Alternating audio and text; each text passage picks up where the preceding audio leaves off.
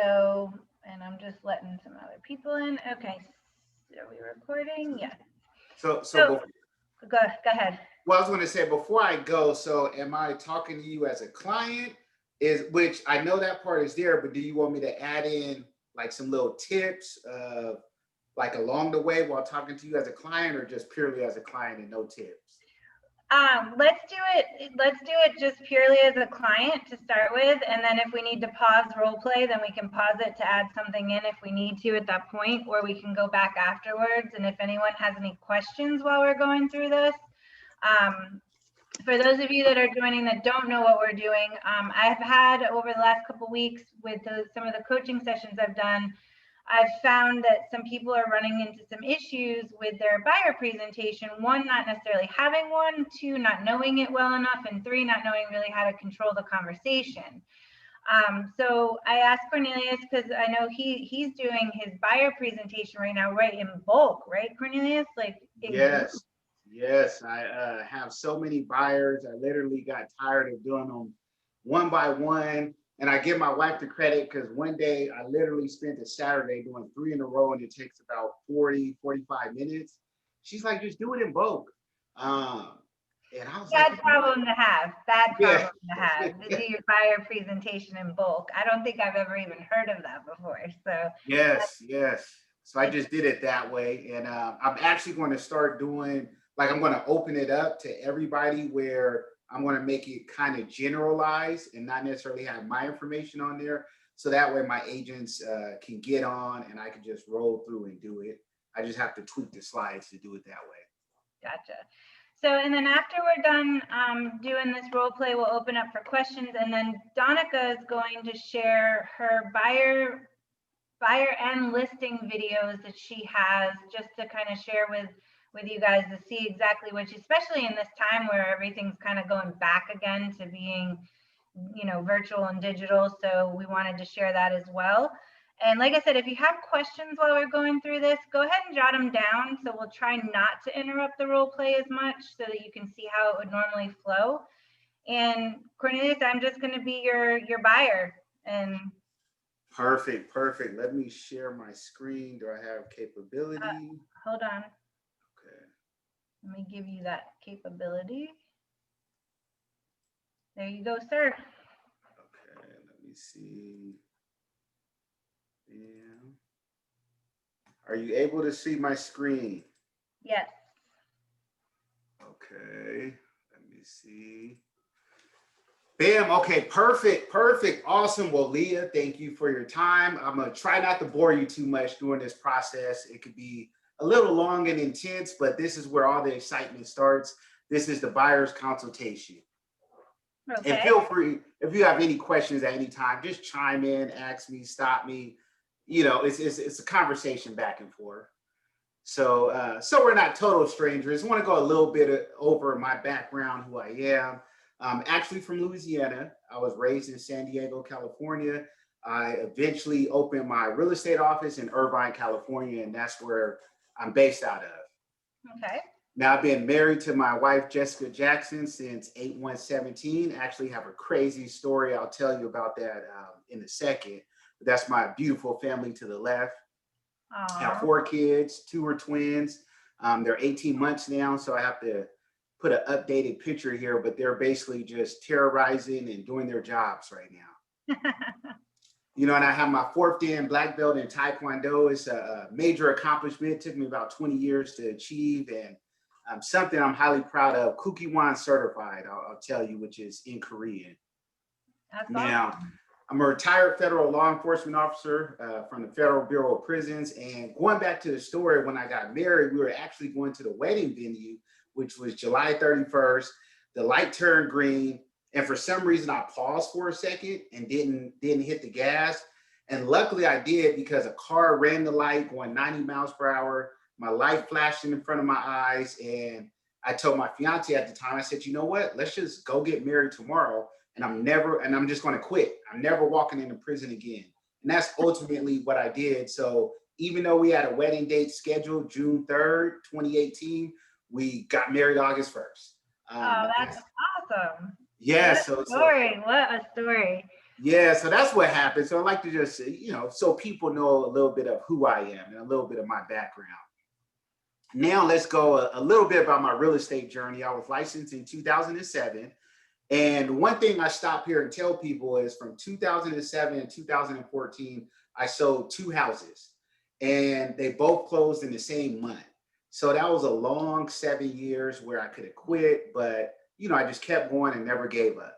Mm, So fast forward 2016, got my real estate broker's license, opened up my own office in Irvine.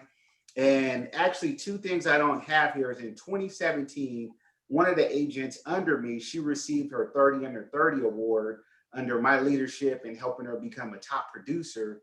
And in 2018, I had my best year where I did 32 million in actual transactions. So that was my best year, which in 2019, I was able to be featured in top 100 magazine of real estate, and a huge accomplishment for myself. And just this year, I received my Guild $1 Million Marketing Broker certification for all my work I've done in the $1 million space.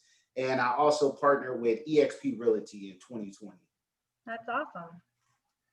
Now, one reason why I did partner with eXp is because their international footprint.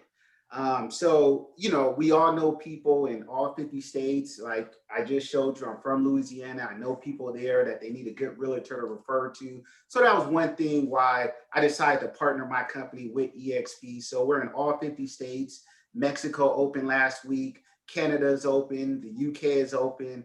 Portugal, they're working on, actually South Africa, I believe, opened 2 weeks ago. But this just shows we're an international company. So if you ever decide to travel or purchase out the country, I can help you there as well. Wow. Yes, no, definitely one of the best decisions I made for 2020. I can tell you that. You'll help me with my beach house then. Yes, for sure, for sure. So we're going to do a quick overview of the buyer's roadmap. So this is the first thing, I'm your real estate professional. We're meeting, we're going through this process. Then what you do next is meet with the lender, get pre-approved. You start your home search, make an offer, negotiate your contract. And my goal is to obviously get your offer accepted in escrow, going over the final details, eventually to closing date to sold. So this is a quick overview of the buyer roadmap, and we're going to touch all these avenues moving forward. Okay. So are you ready to buy? Yeah. That's the key question. You have to have steady income, proof of employment, low to medium debt, cash for down payment and closing costs, 2 months of pay stubs, and 2 months of bank statements. And you have to be either at the same company for the same 2 years or in the same industry for the same 2 years. And 2 years of tax returns. Can you tell me, do you have all these in place? Like, have you been in your same role for the same 2 years? I've been in the same field for 2 years, and I will be able to give you all that stuff. And I actually already have a pre-approval from my lender. Awesome, awesome. Well, pat yourself on the back. We'll definitely go over that on the next slide. So you're already ahead of me. That's awesome. That's awesome. So you gave them your tax returns and everything. I did. Awesome. So many people come to me and they haven't done their taxes. It's like you can't get approved if you don't, do your taxes. So that's it. That's awesome. That's awesome. And obviously your FICO score is above 640 because you got the approval. But one thing I tell people pre-coronavirus, they could do loans at a 580 credit score, but now you need a 640. There's even some lenders that can do a 620 right now. Okay. Yep, we're good there too. Awesome. So, because you already have your pre-approval, I do want to touch on some of the different loan qualifications. Like, for example, okay, you got your pre-approval. Let's just say you have a coworker at your job. They make the same amount of money as you. They tell you your credit score, like, hey, we have a 680. We have about 20,000 saved up. And based on your knowledge, what it took you to get approved, you could tell them, hey, you know what? You're pre-qualified. So when somebody says they're pre-qualified, it holds no weight because anybody can do it. Mm-hmm. Now, where you're at, you received your pre-approval letter. It means you sent all your documentation to your lender. They ran your credit. They got your 2 years of taxes, bank statements, pay stubs. You got your pre-approval letter. You can go and start shopping. Nice. Now, one thing here that the lender partners that I work with, they know how myself and my team like to work, and we need a DU desktop underwritten loan approval from the lenders we deal with directly. Because once you have a DU loan approval, we submit your offers just as good as cash. Now, remind people, one is not cash because cash can close 7, 14, 21 days. It is a loan. It takes 30 days. I have seen one of my lenders close within 21. But the beauty about the DU loan approval is every single loan has to get the DU loan approval before it closes. So because you have that up front, your offer is stronger than any other offers when we submit it.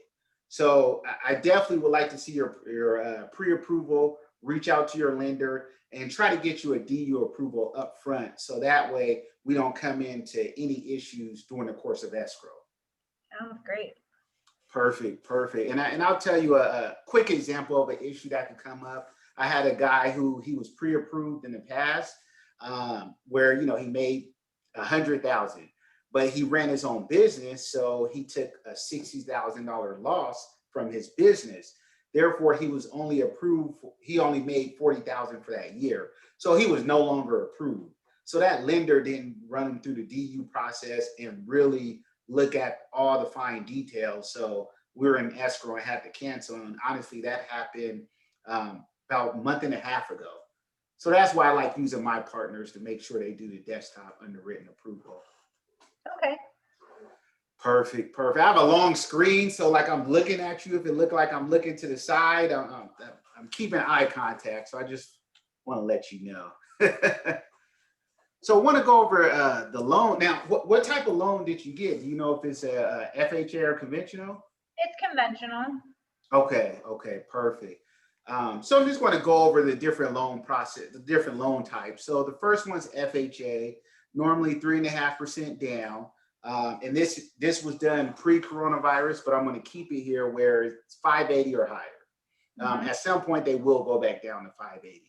Yep. Now, many lenders, if you have a 500 to 579 credit score with 10% down, they can get you a loan. And I'm sure even now they still can do it, but the interest rate is going to be ridiculous. The only time I tell people to go that route, if you're like, it's my grandmother's house, or I grew up in this house, I really need it.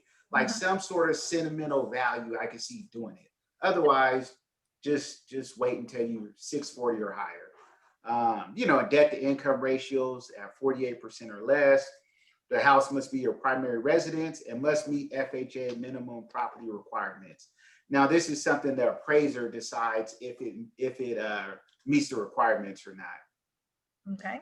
Now, and then the other type of FHA loan is an FHA 203K repair loan, which, if there's a house that needs a lot of rehab or needs to be upgraded.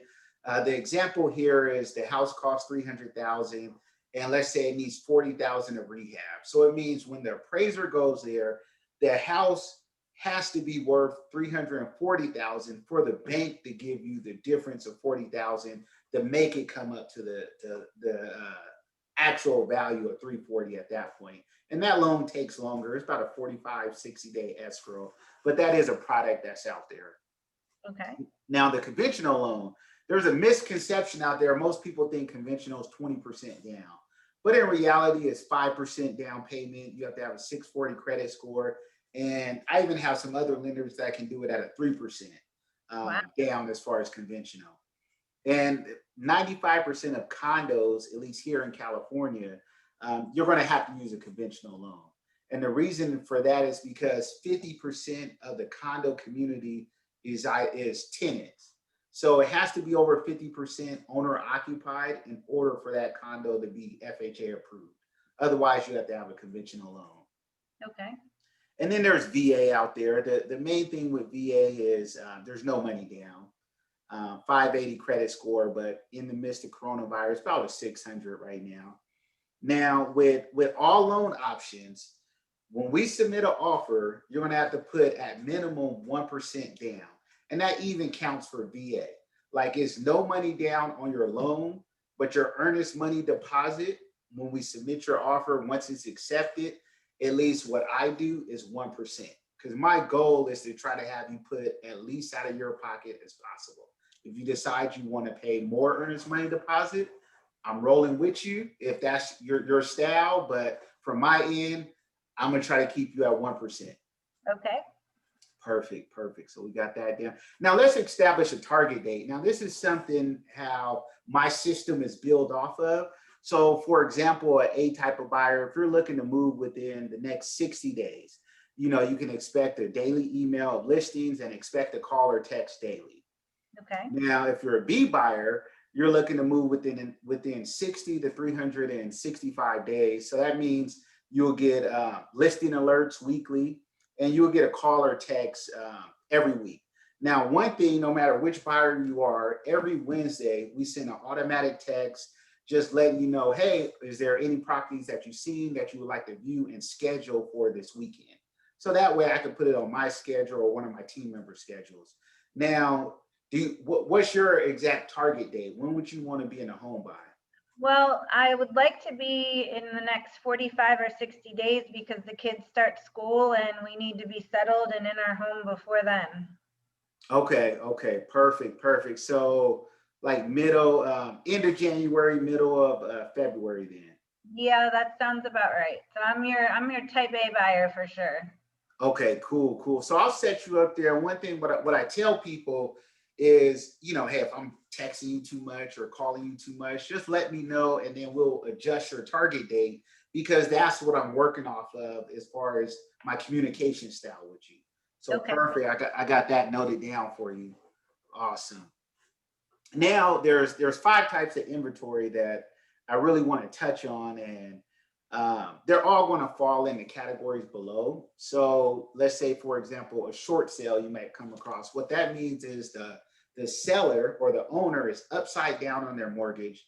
They can accept your offer, but it's up to the bank to approve it. And for the bank to say, hey, we're okay with losing 30, 40, $50,000. In this market, there's no telling what the bank will do.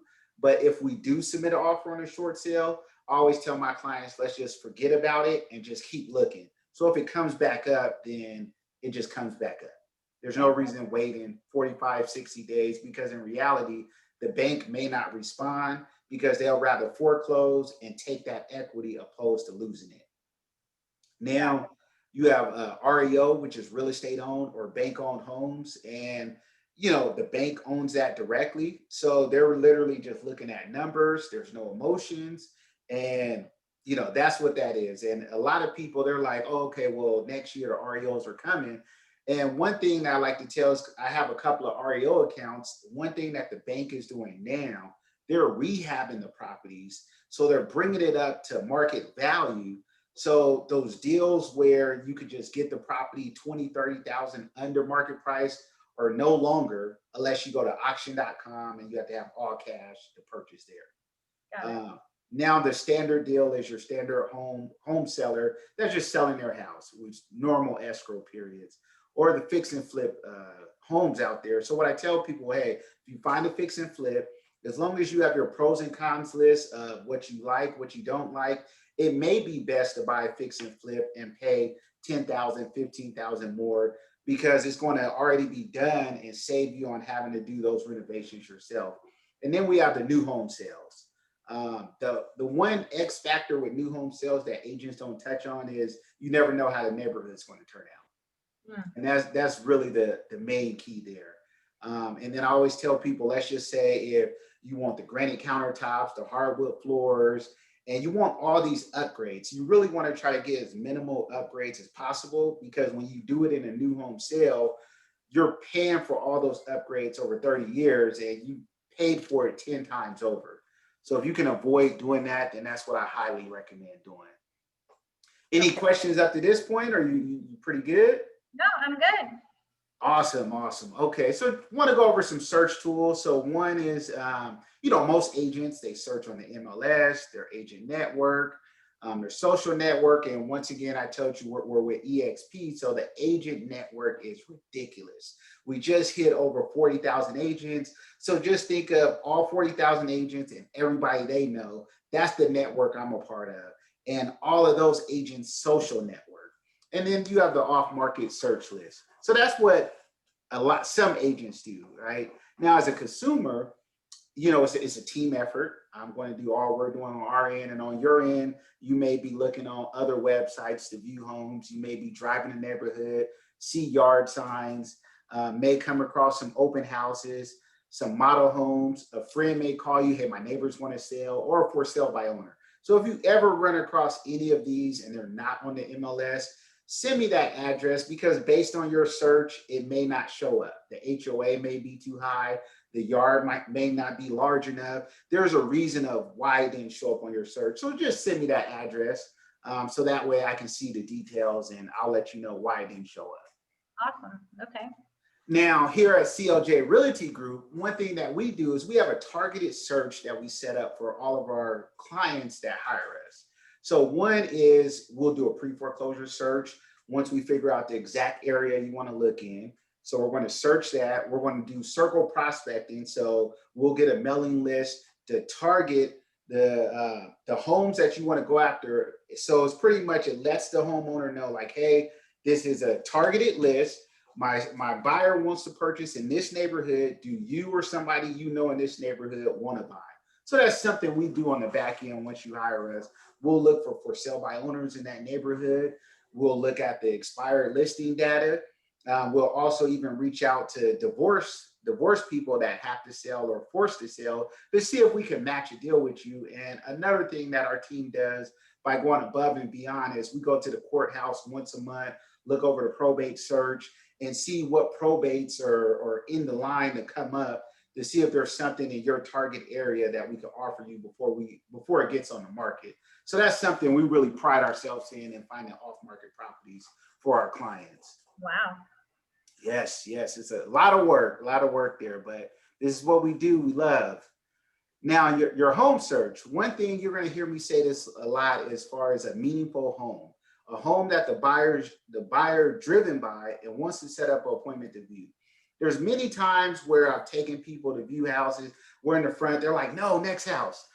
So I always encourage you, if there's a house you see, you're like, hey, this is it. Okay, hey, drive by it. Is it meaningful?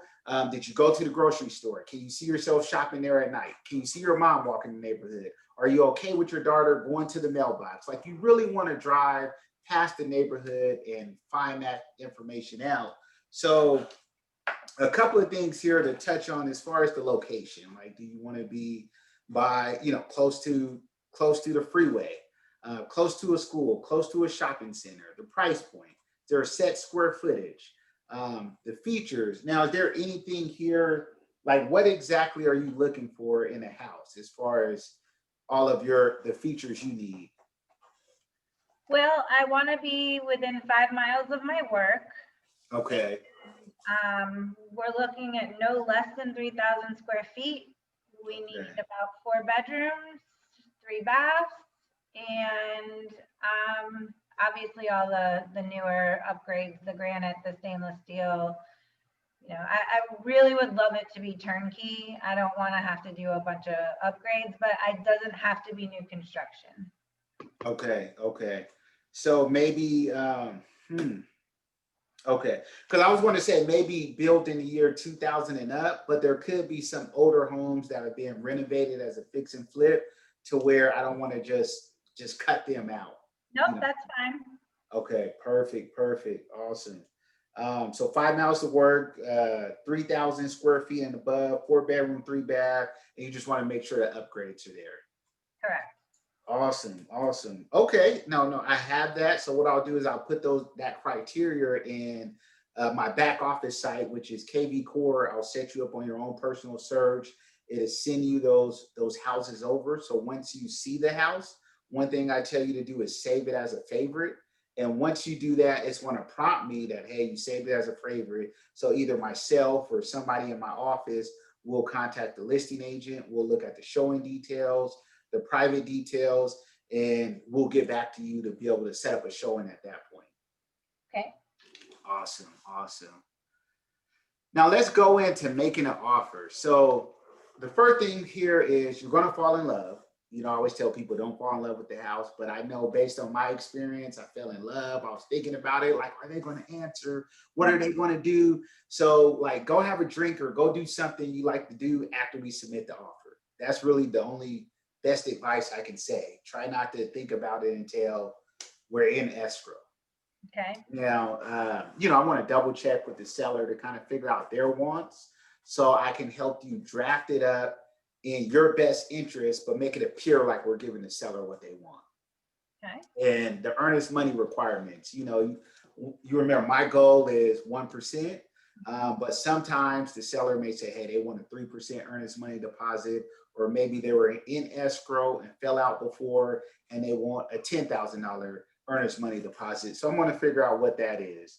Then I'm sorry, I didn't ask you, did you need closing costs or any assistance from that aspect? I don't need it, but if we can get it, obviously let's shoot for the stars and hope we end up somewhere in the middle. Perfect. No, it's just good to know, because I do like to always request closing costs, but in this market, it's insane. You may have to take it out, but that's just good to know, so I can help you draft the offer up with your closing costs in there. Then I just have to figure out important dates from the seller as far as if they need like a 5-day or a 7-day rent back, if they want a 45-day escrow. So once I get all those details, we can write it up. And inclusions in the home is pretty much if it's coming with the washer and dryer, or let's just say they have the TVs, they plan on leaving the TV mounts there. So that's me trying to figure out what are they leaving, or what, when we walk through the house, we see it, they plan on taking. I just like to know that up front. So, after that, your offer will be either accepted, counter offer, or declined. But one thing I tell people is legally, they do not have to respond. Like I've gotten offers that were low and I just don't respond, and I'll just send them an email back like, hey, me and the seller laughed at your offer. You got to have fun sometimes with this. Yeah. So if they don't respond, it's within their right. They don't have to respond. Okay. So just want to get you prepared.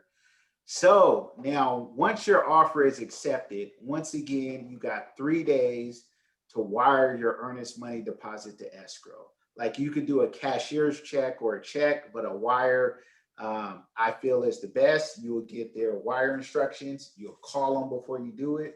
Go to your bank and they'll wire your 1% earnest money deposit directly to escrow. And now we have a 17-day inspection and repair period, meaning we have to do your home inspection within 17 days. If there's any repairs that come up, we request the seller to fix it before 17 days. Otherwise, by that 17-day mark, if we don't agree, they don't decide to, let's say it has 5,000 termite damage and they say they're not going to do it, then you have the right to say, I'm going to cancel, forget it. I'm canceling escrow. You get 100% of your deposit back at that point. Otherwise, if they agree to fix it, then we move forward. We get past this. And that's the same thing with the appraisal contingency. So the appraiser has 17 days to get that done for you to remove that contingency. Now, home insurance, which I really need to change this. I don't know why I have home insurance at this part. But one thing I will say is once we are in escrow, whoever your car insurance is with, I recommend calling them first for a home insurance quote. And then outside that, you want to cross-reference with Geico or AAA. They seem to be the most competitive out there. Now, as far as your mortgage details, you have a loan contingency of 21 days. So pretty much, let's just say you remove your inspection and appraisal contingency, and we're at day 21 and you find out you can't get the loan. Or let's just say you're like, you know what, I really don't like this house. They're not going to move the shed, but we're still within that 21-day period. I can use that as a way for you to back out of the deal. So we'll just do a cancellation of escrow, and I just say J3. No explanation. We're canceling because of J3, which that's your mortgage, your mortgage cancellation pretty much. Like you couldn't get your loan, but I won't tell them that because then it's just other issues. We just say J3 and never respond. But you get 100% of your money back up until 21 days, unless This is negotiated at 10 days or 14 days. These numbers could be different, but these are the standard numbers per the contract. Now we're going to do a final walkthrough 3 days before we close escrow to make sure the home was in the same condition when you first submitted your offer. Any questions up to this point? Nope, I got it. Okay, I know I talk kind of fast sometimes, so I just want to make sure you're good. Am I boring you or? Not at all. I'm fully educated on this process so far. Awesome, awesome. Now this is the closing cost breakdown. These are the items that be included in your closing costs. So one thing that I pretty much instruct my team, like we always tell the buyers, is roughly 2% closing costs. In reality, it's about 1.6, 1.7, could be 1.8%, somewhere in between there.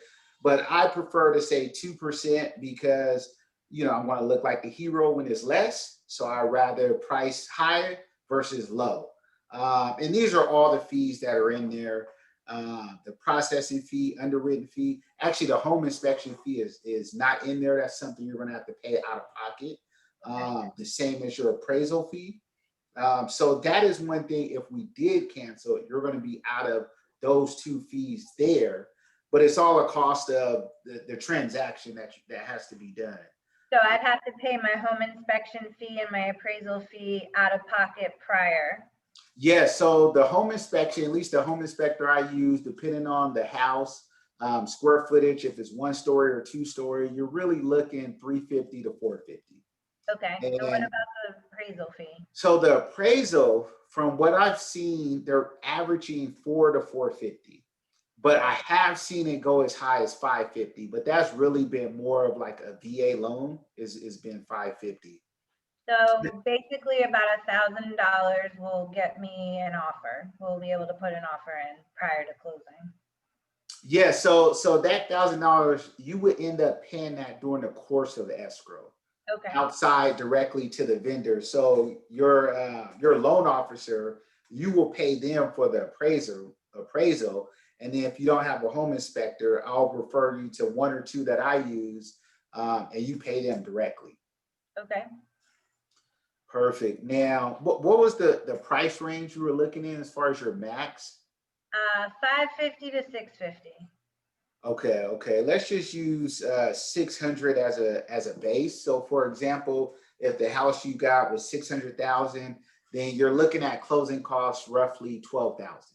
Okay. So when I write your offer, I'm going to either request the seller to give you a credit of 15,000 to start with, and then we could just negotiate from there. Okay. Awesome.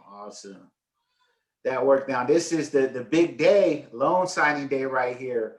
So either myself and the lender will verify the closing paperwork with you. We'll make sure it matches everything that your lender told you.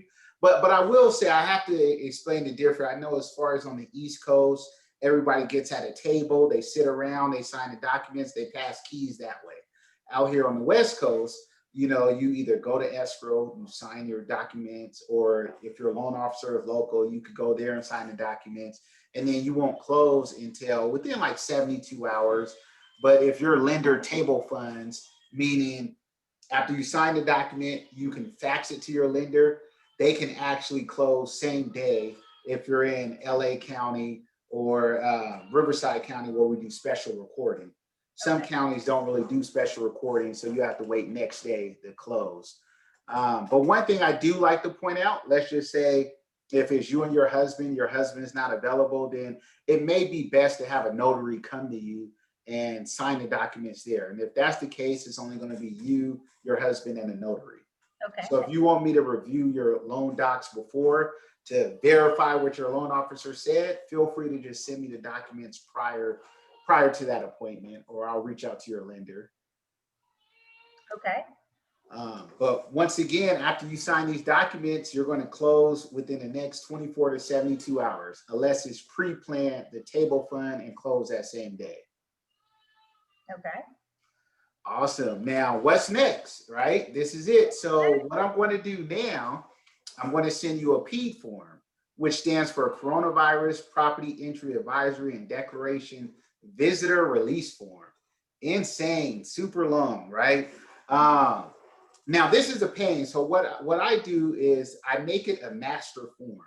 So I'm going to send you that form. I'm just going to have you sign. It's not going to be no address and no date, Okay. because every single house you want to view, I have to submit this form. So what myself or my team is going to do, we'll paste the address and the date on there. So we'll be doing it 10, 12, 15 times. You only do it one time. Okay. And then I'll also send you our buyer broker agreement to hire our firm. So what that does is, one, you hire me directly as your broker. You're going to get access to the 35 agents within my office. And addition to that, you get access to the 40,000 agents that come with EXP. Let's say, for example, all of a sudden you're like, you know what, I want to move to Texas, or I want to move to North Carolina. Then you know what? I have team members there. I can partner you with somebody in that state. They'll be on the front line because they're licensed in that state to take you around. But because you signed this agreement, I can work with them to make sure, I'm your confidant, that they're really negotiating on your behalf and really helping you out. So that's what the buyer broker agreement does. Okay, but how much do I have to pay you? Good question. So initially, I would put 3% on there, right? But there's no cost to you, right? Because what I do is, the way I write the contract, there's a commission form that I submit to the seller. So I have them pay me the difference. So I don't have to pay you anything. Yeah, you don't pay nothing out of pocket. But this is one thing that I want you to understand. As a buyer, you pay everybody. Your loan pays everybody. When your loan funds, it pays the seller. The seller pays their agent. The seller is going to end up paying me. It pays the seller's house off, escrow, title, and then the seller is left with the remaining. So in reality, you pay everybody. It comes from your loan. Nothing's going to come out of your pocket. And how long is that agreement good for? Well, I like to do a year. Well, what if I decide 4 months into this that we're just not working very well together and I want to work with someone else? Well, that'd be a conversation we have. And if that's where we're at, then I have no issues with that, honestly. But I'm sure you're going to be pleased with the work I do, my team provides. But if for some reason we're just not a match, then we'll just deal with it at that point. Okay, is there a cancellation fee? No, not at all. Because we're doing all this work up front, going to the courthouse, mailing letters, calling expireds and for sale by owners. So, we do all this work pretty much pro bono up front. We could take you around to view houses. And I've had many of clients, after doing this, they don't buy a house. I'm not going to come at you and say, hey, we worked with you for a year. You decide not to buy. You owe us this fee. It's all the course of real estate. But because we have so many clients, we really only work with people that hire us. Okay. Awesome. So I'll send you those 2 forms. After that's been signed, I'll get your custom search up. Once you start to like the houses as your favorite, I get a feel of exactly what you're looking for. So then I know what type of expireds, for sale by owners, or pre-foreclosures to look for. And then I'll contact those people in the background like I showed you earlier. But other than that, I look forward to going to closing day and getting you your keys. Once again, here's my contact information. You have my cell phone, my email here, and that's my mobile business card where you could punch in and reach out to me. And feel free to call me or text me anytime. If you have a question or something comes to you in the middle of the night, you're like, oh, what is this? You can send me a text in the middle of the night. I may respond, I may not, but don't be surprised if I respond at 2 a.m. So just feel free to send that over if you have any questions. Okay. Sounds good. Awesome. So it was a pleasure once again meeting you. I'll get you all these forms DocuSigned right now. Sounds good. I'll get them back over to you. Awesome. Have a good day. You too. Nice job. Yay. So that, guys, that couldn't have been any smoother, right? He knows that presentation inside and out. And what's the one thing that stood out to me, especially listening to it, is that he is so proactive versus reactive that it's amazing. that buyer is not gonna not know anything that they need to know. They knew the fees up front, they knew what to expect for down payment costs, they knew what to expect for inspection costs. Everything he did about that presentation was proactive versus reactive. And I can't stress enough to you that and again, most of the time your buyers will forget half of that, which is why you're going to repeat it again and again and again. But the more proactive you are, the less issues you're going to have through that whole entire transaction, and they're going to respect the fact that you covered that stuff up front. That was absolutely beautiful. And when I objected to that buyer presentation or about signing the buyer agency, there was absolutely no hesitation with his objections and overcoming them. He just rolled with it. It's normal. That's what we do. This is how we do business. And if you want to do business with me, this is what you're going to do. So, can I ask a question? yeah. Yes. Was that meeting supposed to be the first time that you met with her? Yes. Okay. And second, do you give her the presentation? Does she get to keep everything you gave her? You know what I started doing? I had one client ask for that. So now I actually have the same presentation where I download as a PDF. So if they request it, I'll send it to them as a PDF, but I won't send it to them as a slideshow form. Okay. So if they want it, I will send it. Okay. And then, sorry, let me get rid of this. Also, I just want to let you know, I'm on the board, not on the board, I'm on committees with SRAR. I know that's not your committee, but just to let people in California know that NAR had a lawsuit against them. They settled, and one of the things that we have to follow is we're not allowed to say anymore to the buyers that our commission is free to you. So I just want you to know what you said is great, where you pay for it in your loan and everything. You're just not allowed to say in January that it's free to you anymore. It's part of the settlement that they did. So I just want people in California to know that. Got it. That's good. And actually, I do have something to add to that. So I normally charge my buyers 3%, right?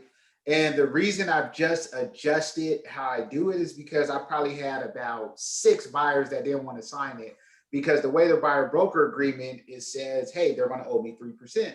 So if I don't get it from the seller, they owe me the difference. So what I started doing now is just say, hey, refer to the CBC form or the MLS. So I always negotiate my commission with every offer. That's how I'm doing it right now, just to overcome it, because there's so many buyers out there.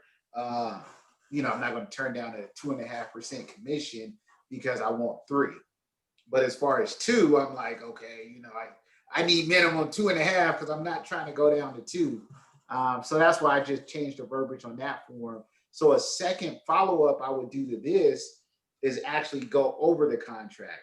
I used to have that tied into my buyer's consultation, but it just took too long. It was boring, and people just withdraw like, dude, this is too much.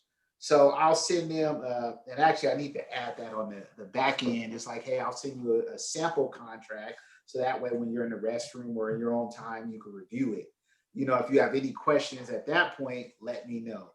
So I will add that to the slideshow, but then the follow-up is just going over the contract with them. Because nobody does it. That really builds rapport. They're like, man, this guy went over the contract with me. And it's boring, so I just... Especially for your high D personalities, they're not gonna do that. Yeah. Anybody else have any other questions? Hi, this is Kendra. I have one question. Could you explain, how do you explain your commission again for people? And I meet a lot of people online, or I might meet them for the first time at a property. When do you give this presentation? Can I stop for you for 1 second right there, Cornelius? Sure. Kendra, your commission is going to be differently explained from California, right? So that would be North Carolina and California are going to be different as far as how that commission is collected and how it's explained. So we just, you know, I've been saying for I don't know, as long as I've been in the business, that my services are free for the buyer, the seller pays my commission. Right. And so it sounds, go ahead. And you can. Okay. Yeah. And Okay, I wasn't sure. we can talk about that when we get on our call after this too. But yeah, there's just a difference between California and North Carolina as far as the commission's concerned. In North Carolina, the only thing we have to worry about is whether or not if the seller, for some reason, or if it's a FSBO, is not going to pay the commission, then we would negotiate our commission with the buyers. But then that would be like an additional compensation form, and there's a different form for that for us in North Carolina. So it's a little bit different as far as that goes. But Cornelius, to the second question is when are you giving that presentation? As soon as possible. Well, okay, here's something how I adjusted my search. So normally I would do that as soon as possible, but the way I tie it to, let's say the buyer, let's say if they call me, they're like, hey, look, there's this house, we want to go see it tomorrow. Okay, cool. You know what I'm going to do? I want to send you the PEAT agreement, because we need this signed to get you in the house. And I'm going to send you the buyer broker agreement. As soon as you sign this, we can go view the house. So I'll send that right over. And if they just sign it right away, they can get the recording to this video. But then I'll tell them like, hey, we can schedule a buyer's consultation later, but because you want to get into the house, here's the packet that needs to be filled out to get you into the house. And I've been having people just sign it without having to do the presentation, honestly. And I'm going to piggyback on that. I personally very rarely would not have my buyer agency agreement signed prior to showing houses. Now, if I'm in Garner or wherever and the house is in Knightdale, I'm not going to make them drive 45 minutes to my office to just turn around and go back the other 45 minutes to go to the property. So I will meet them at one property, schedule a little extra time while we're at that property to do the buyer presentation and have them sign there. But that's it, one door. That's all they're going to get open without signing an agreement where you just became a showing agent. Do you show them property and everything before you even know if they're pre-approved? No. Nope. So Cornelius, when you show them right away and they're rushing to see properties, you already vet them? Oh yeah, like I'll get their pre-approval. It's like I'm not going to. I mean, unless I know, like, okay, you know what, this guy. He owns the car dealership, or you kind of know something about that person, like, oh yeah, no, it shouldn't be an issue, then that's the only type of X factor. But otherwise, it's like, hey, I'll send you some properties. I have some other showings already scheduled for today. But if you sign my PEAT agreement and the PEAT agreement and buyer broker agreement, I'll see if one of the other agents can show you. Otherwise, we'll see later this week. But these forms need to be signed, so I just try to lock them in. And I think Donica had said something on our last call too, that, you know, for those of you that are having the issues with getting those buyer agency agreements signed or asking for those pre-approvals, use the coronavirus. Like, we're not allowed to show a property until we have this stuff due to the coronavirus. If you have to use that as a crutch, use it. And I'm not saying there is anything wrong with it. I'm just saying, like, I know that there's hesitancy around getting those documents signed.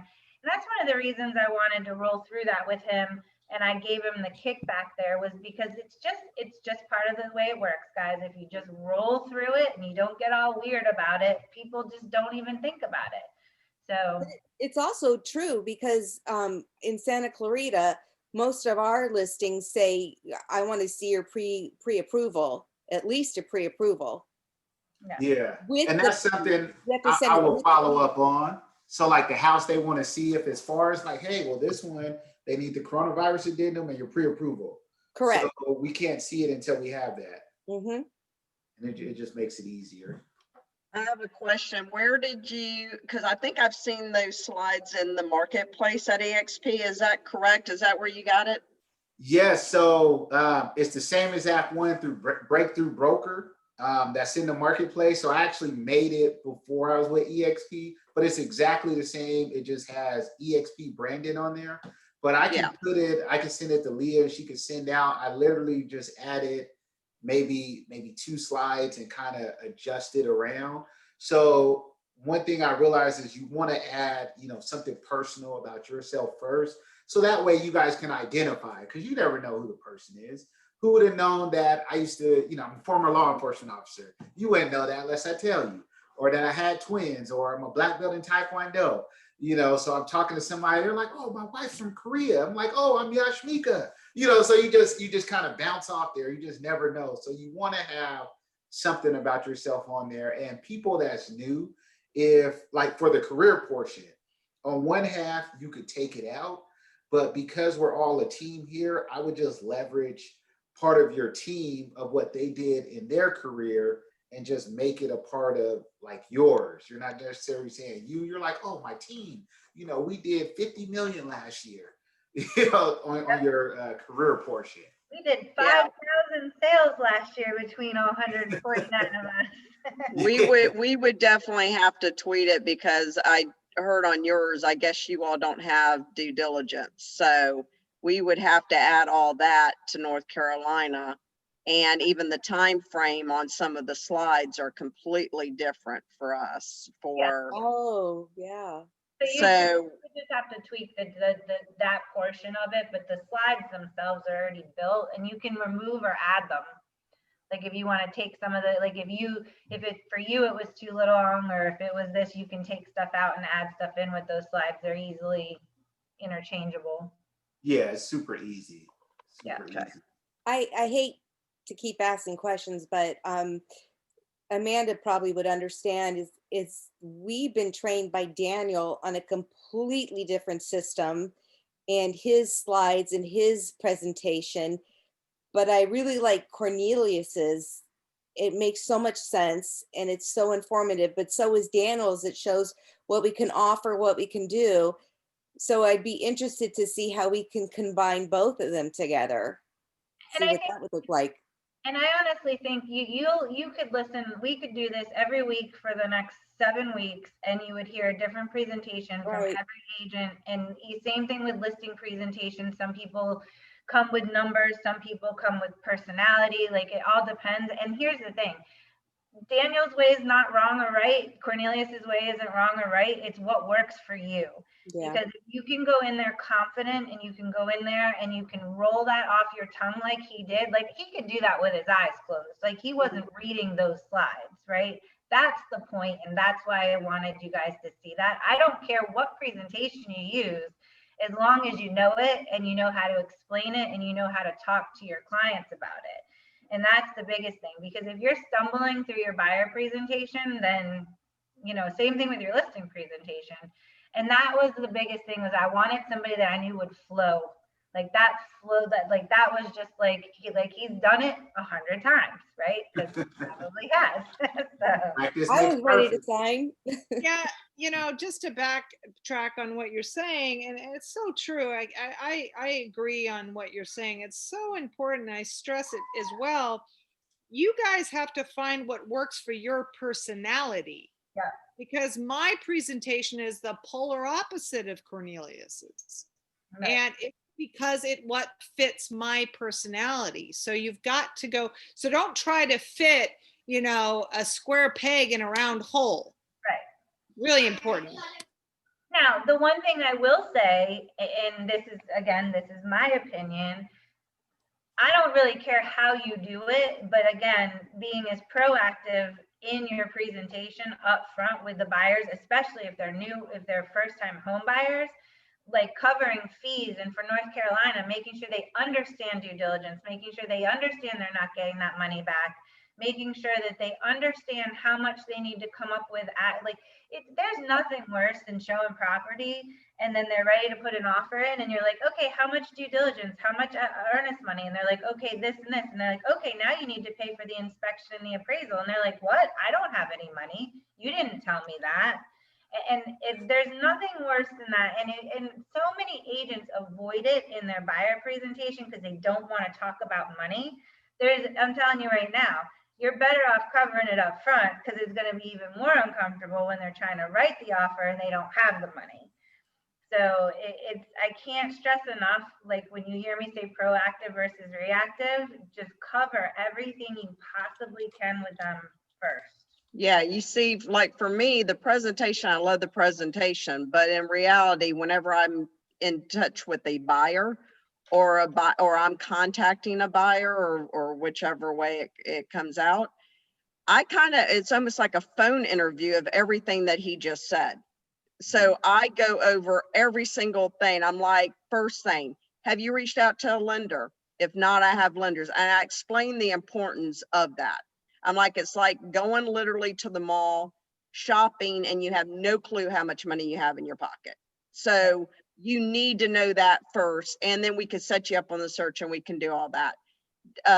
Danica's presentation, I guess, that you all do in California with the whole listing and the buyer, I really liked that last week also, because to me that was more, I almost look at that presentation almost like a commercial, you know what I mean? Like where you could post something like that out on social media or to just people, friends, anything like, hey, you know, you want to know why you want to use me?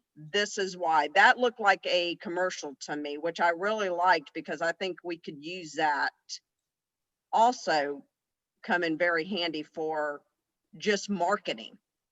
So. Yeah, no, you're right, Melinda. I mean, and it addresses exactly what Cornelius was talking about earlier. It's like a mass, you know, you can send it out to 20 million buyers all at once. Yeah. You know, here's just an overview of how we work in our team. Now, yeah. I know we're running a little over, but we started a little bit late. Donica, do you still want to show one or both of those videos? Do we have time for that, Amanda? Are you needing to get on here? I've got about 10 minutes before I have to interview Sharon. Okay. I can, you want me to just show the buyer one since we're dealing with buyer? Yeah, okay. That'd be great. All right, let me just share that. So real quick, the way I do things, I just simply do a conversation with coffee first with a buyer, and I do that in person, and I build that relationship first, and then this is my presentation, and then we're done. So my approach is much, much different. You have to disabled, so the host disabled participating share screen. So I think Amanda has to. Cornelius had it last. So Okay,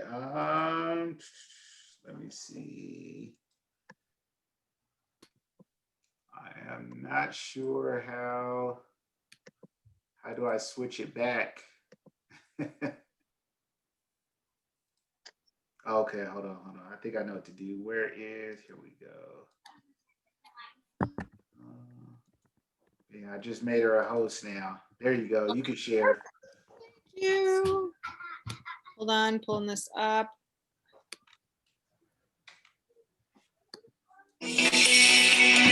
Hi, my name is Donica.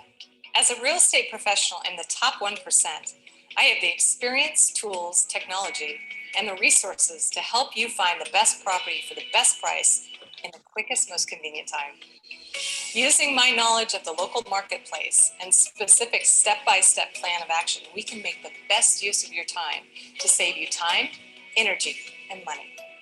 Let's take a brief look at how my step-by-step systems approach makes buying property easy, enjoyable, and profitable. You have 3 major decisions to make when you start looking for property. First, which agent and company can serve you the best based on service and commitment?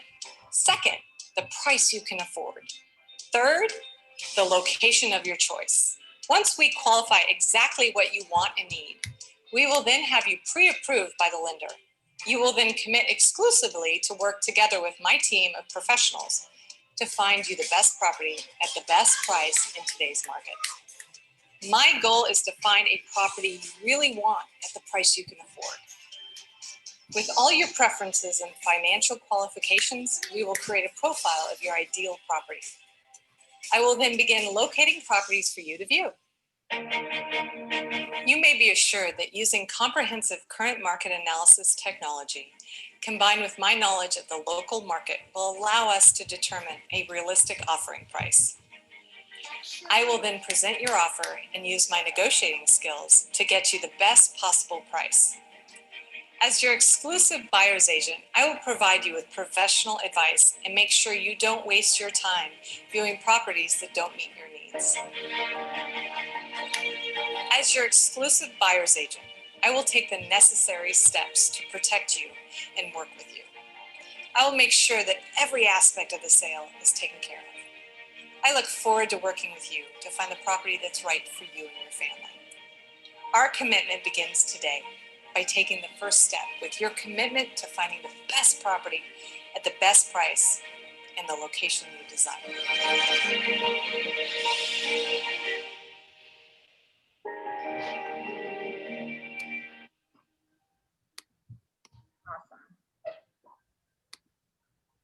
So there you go. That's a completely different approach to doing your buyer presentation, right? And like I said, neither one is right, neither one is wrong. It's what works, and that's what works for her, and that's what works for Cornelius. And I mean, and obviously, guys, it's working for each one of them, because if Cornelius is having to do bulk buyer agency appointments and Donica's killing it with her numbers, like, that's the thing. It's whatever works for you, and you have to find that. You have to find your comfort zone, and that can be trial and error. I mean, I stumbled through, I don't even know how many benchmarked presentations I tried to do until I found what worked for me. And it was probably a combination of like 5 different people's buyer presentations when it came down to it. But it's just about being myself and talking to people. So anything else? I know like I said, I know that took a little bit longer than we thought. And was this helpful for you guys? Yes. Oh, it was so helpful. I learned so much, things that I knew, but I didn't think to put into the presentation, you know, like about the different kinds of homes. You know, I always think single family or, you know, townhouse condo, but I never thought to mention, you know, about REOs or foreclosures, you know, like just like, okay, we'll put an offer, but let's just forget about it. Things like that. I thought that was really helpful. Awesome. Yeah. So I'm thinking, because and I know, Amanda, you got to get on that call. So we'll go ahead and wrap this up, and I'll figure out, I think maybe next week, in 2 weeks from now, we'll go ahead and just tackle the listing presentation, and we'll figure out, we'll get 2 people to do their listing presentations and kind of talk through those too. Sound good? Awesome. Sounds good. All right, Amanda, go kill your interview, guys. Thank you for being here, and we'll get this recording out so everybody has it. Have a great Thank you, Cornelius. You're welcome. Thank you.